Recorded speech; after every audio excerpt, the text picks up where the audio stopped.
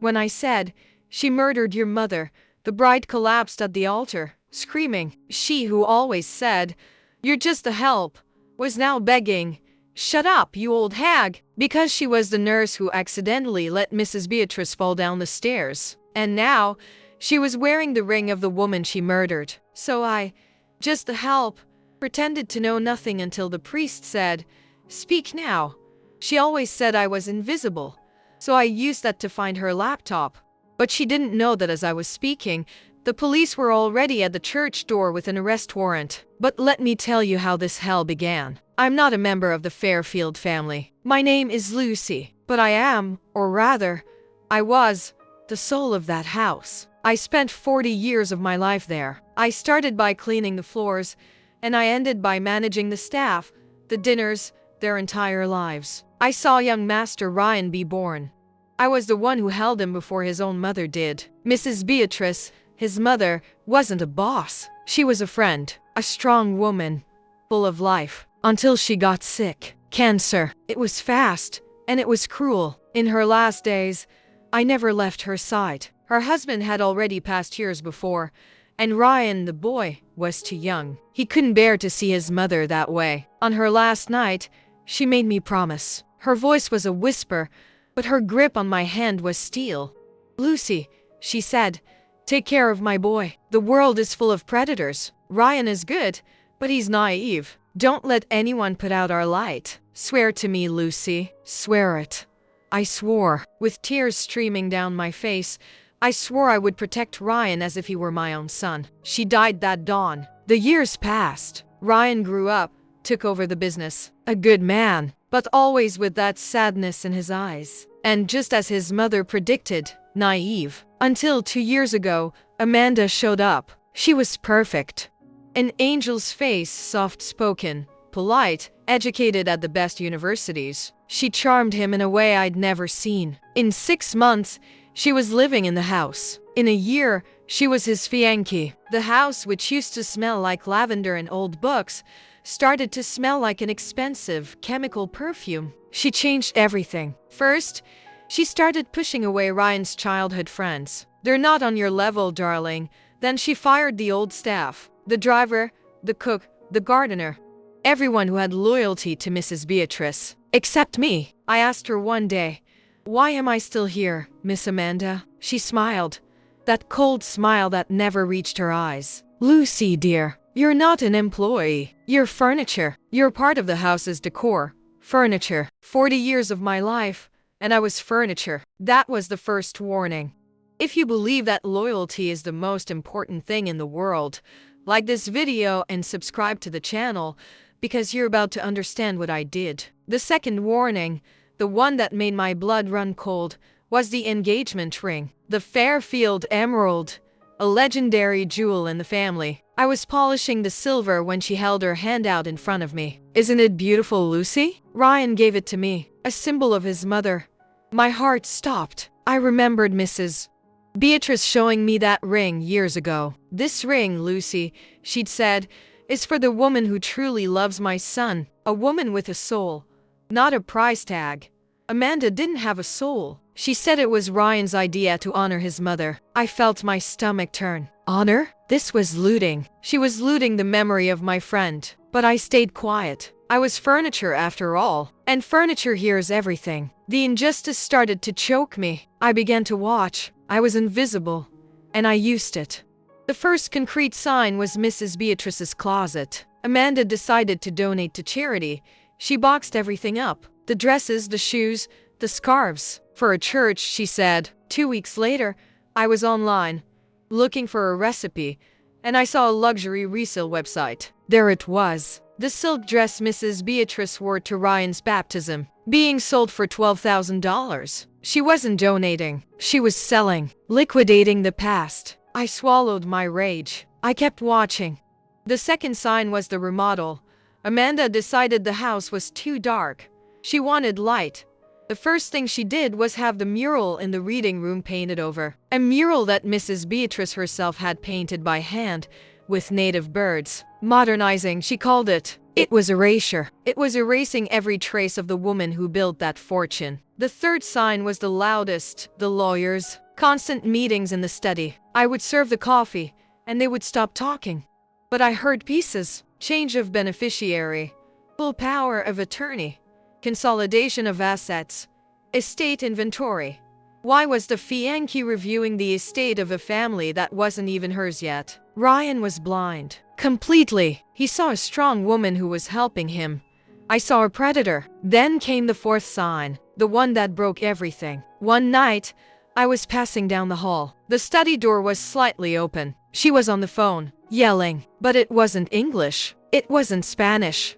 It was a harsh language, full of consonants, one I'd never heard. She always said she came from a traditional family in Texas. That language was not from Texas. I mentally noted what the words sounded like. I couldn't sleep. The promise I made to Mrs. Beatrice was burning in my chest. Protect my boy.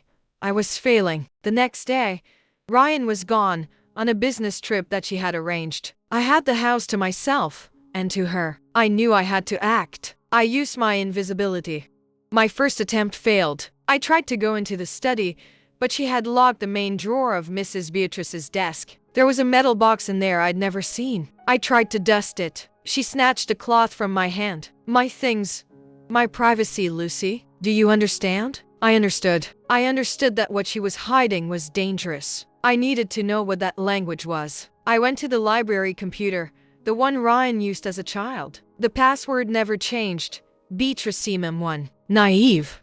I searched for hours. Guttural Eastern European languages. Language with ka sound. Finally, I found it. Russian. Why did Amanda from Texas speak fluent Russian? The answer came 3 days before the wedding. It was the day of the banquet tasting. The house was in chaos. She was in the dining room, tasting wines, humiliating the chef. This is horrible. Are you trying to poison my guests? I went upstairs to clean the study. It was my routine. She didn't even notice. Her laptop was there, open. She never left her laptop open. In the distraction of abusing the chef, she made a mistake. A chat window was open. The alphabet was Cyrillic, Russian. My hands were shaking so much I could barely hold my phone. I pulled the cheap phone from my apron pocket. I opened the translation app. I used a camera to translate what was on the screen. The most recent message, from a contact named Father, said, Anya, the plan is perfect. The idiot gets married in 3 days. As soon as he signs the full power of attorney on the honeymoon, we transfer the trust and he will have the same accident as the mother. The air left my lungs. Anya. Her name wasn't Amanda. And then I read it again. The same accident as the mother. It was like lightning struck inside my brain. The fall. Mrs. Beatrice's fall down the stairs. It had been accidental, but she had been getting better. I ran to my room. I opened my box of memories. I had kept all the house papers for 40 years. I found the folder from the time of Beatrice's illness, the contracts, and there it was. The nursing agency. Mrs. Beatrice, in her last 2 months, had a private nurse, a specialist that Amanda, who at the time was just a family friend Ryan had recently met, had recommended. The nurse's name, Anya Petrova. She was there. She was the killer. She murdered Mrs. Beatrice. And now, she was back. With a new face, a new name, to finish the job, kill the son, and take everything. If your blood boiled like mine did, subscribe right now and hit like, because justice needed to be served. In that exact second, Lucy the maid, the piece of furniture, died. And Lucy the executor was born. The promise I made wasn't just to take care. It was to protect. I wasn't going to cry. I wasn't going to scream. I was going to act. I had 72 hours until the wedding. I went back to the study. She was still yelling at the chef. The laptop was still open. My hands stopped shaking. A cold calm took over. I grabbed a USB drive from Ryan's drawer. I copied the entire chat history. Months of planning. Conversations with father, with a brother. It was a criminal ring. I left the study. She passed me in the hall. Finally done cleaning? You're getting slow, old woman. I just nodded. Yes, Miss Amanda. All clean. For the next 72 hours, I moved like a ghost with a mission. Action number 1. The proof. I took the USB drive downtown. I went to a public library. I sent the file to a new email address I created. Action number 2. The translation. I needed something official. I went to a sworn translator. I paid $100 of my own savings. I need this translated, stamped, and notarized in 24 hours. It's life or death. The man saw the panic in my eyes. He agreed. Action number 3. The police. The next day, with the translation in hand, I went to a payphone. I wasn't going to use my cell. I called the homicide division. I want to reopen a case. Accidental death. Beatrice Fairfield. The detective laughed. I said, I have the killer's confession. Her name is Anya Petrova, but she goes by Amanda, and she's marrying the victim's son on Saturday at a.m. at St. Michael's Church. I sent the translation from an anonymous email. Be there, or I go to the press. I hung up. Action number 4. The ally. I needed a backup plan. The police might fail. I went to the sound technician who was handling the party. A young guy who I'd seen Amanda humiliate the other day. She said your equipment was trash and she was going to dock your pay. The guy was red with anger. I said, she's a monster. Help me show everyone who she is. I gave him a second USB drive with a single file, a giant screenshot of the sworn translation. This isn't the tribute video. It's the truth video. When I coughed 3 times into the microphone, you put this on the big screen, no matter what.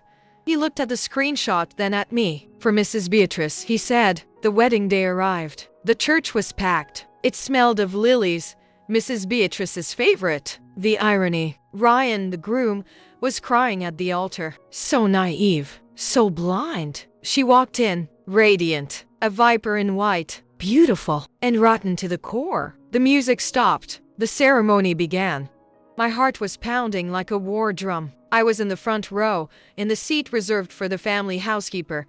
The priest talked about love, about trust. I almost threw up. Then, he said the line, if anyone here knows any reason why this couple should not be joined in holy matrimony, speak now or forever hold your peace.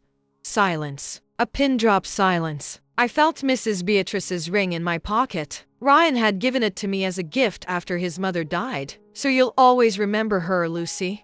I clutched the ring. The cold metal gave me strength. I stood up. Every eye in the church turned to me. The furniture was moving. I know a reason. My voice came out firm. The bride laughed. A mocking laugh. Security! Someone get this old woman out of here. She's senile. Ryan looked like a ghost. Lucy! For God's sake! Don't do this. Don't ruin the happiest day of my life. I'm so sorry, my boy, I said, looking him in the eyes. But I made a promise. I promised your mother.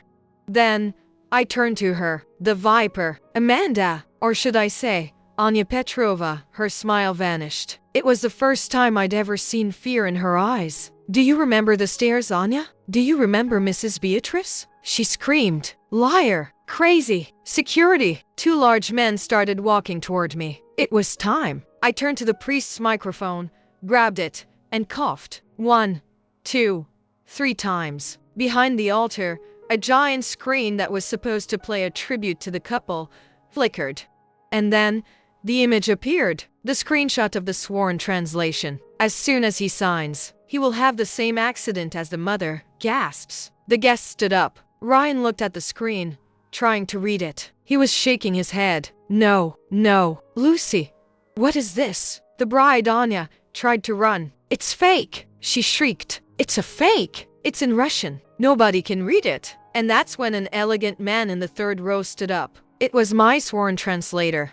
I can, he said, his voice calm and strong. And I translated it. And I swear, under penalty of law, that this translation is accurate. This woman was planning to murder the groom, just as she murdered his mother. Chaos. That's when I said it. She murdered your mother, Ryan. The bride collapsed at the altar, screaming. She who always said, you're just a help, was now begging, shut up, you old hag. But it was too late. The church doors flew open, but it wasn't her security. It was the police. Anya Petrova, the detective said, you are under arrest for the suspicion of murder of Beatrice Fairfield and the attempted murder of Ryan Fairfield.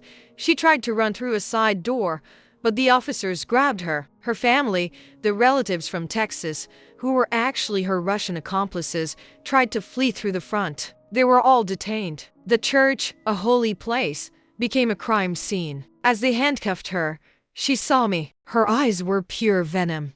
"You stupid maid," she spat. "I was going to fire you." I walked up to her. The police let me pass. I got so close I could smell her expensive perfume, mixed with the sweat of panic. I took Mrs. Beatrice's ring out of my pocket. I showed it to her, in the palm of my hand. "You're right," I said, low, just for her to hear. "I'm not the help anymore. I'm the woman who kept the promise you broke. You stole her engagement ring. I saved her son. Enjoy prison." I turned my back. The house was closed up. Ryan, he's broken. The truth nearly destroyed him. But like his mother, he's strong. He's in therapy. He's rebuilding. He came to see me once. I was packing my things to leave. He brought flowers. His eyes were red from crying. "Lucy, why didn't you tell me sooner?" he asked. I told him the truth. "Because you wouldn't have believed me, my boy. You were blind with grief, and she used that against you. I needed proof that not even you could deny." He cried. And for the first time since he was a child, I held him. He offered me half the inheritance. "You saved my life. You deserve everything." I refused. "I didn't do it for money, Ryan. I did it for the promise. I did it for your mother. I only took Mrs. Beatrice's ring, the one he gave me, and my bags. Today, I live in a small house, facing the sea. The sound of the waves is my peace. The ring is on a chain around my neck. I kept my promise. That was my justice. If you think I did the right thing, if you believe promises are made to be kept, no matter the cost, this is your last chance. Like this video and subscribe to the channel for more stories where justice is finally served. And now, I want to know from you in the comments, have you ever had to choose between your job, your safety, and doing the one thing you knew was right? What would you have done in my place?